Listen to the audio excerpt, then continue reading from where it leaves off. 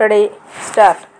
We considered recently a few points regarding shorthand writing, and it may be of interest if we now deal with those points in a little more detail.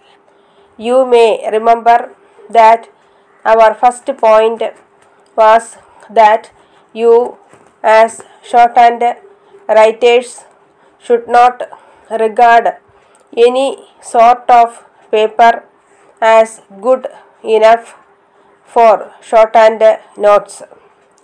If the paper you use is of poor quality, you are making it less easy for yourself in your attempts to write at a higher rate.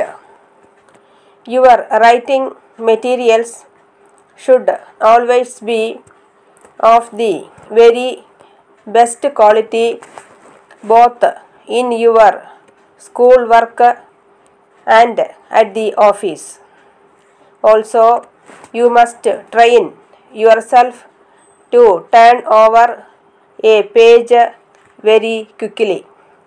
Otherwise, you will find that by the time you have turned the page, the reader will be too many words in front of you.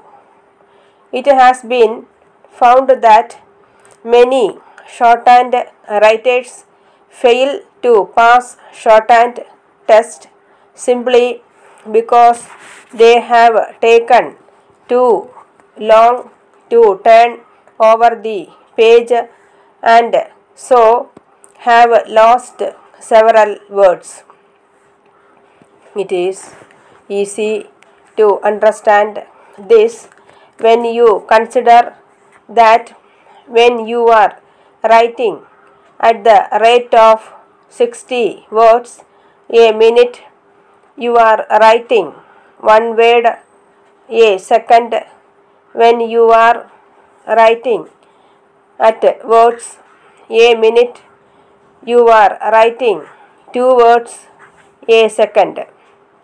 It is quite clear, therefore, that you must not waste 5 or more of your valuable seconds on turning over a page.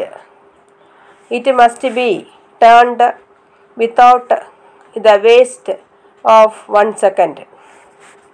Our next point was that the writer should develop a light and easy touch, passing very quickly from one outline to the next and from the end of one line to the beginning of the next.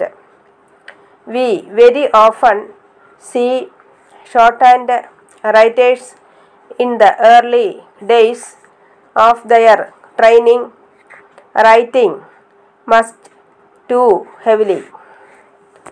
Every attempt should be made to overcome this, and it is never too soon to begin. You can find out in the following way whether you yourself are writing too heavily. When you have written a page of a shorthand, turn to the back of the page and see whether any marks of your writing show through the paper. If they do, you will know that you are not writing lightly enough to get the best results. The notes of the good shorthand writer can never be seen on the back of the paper.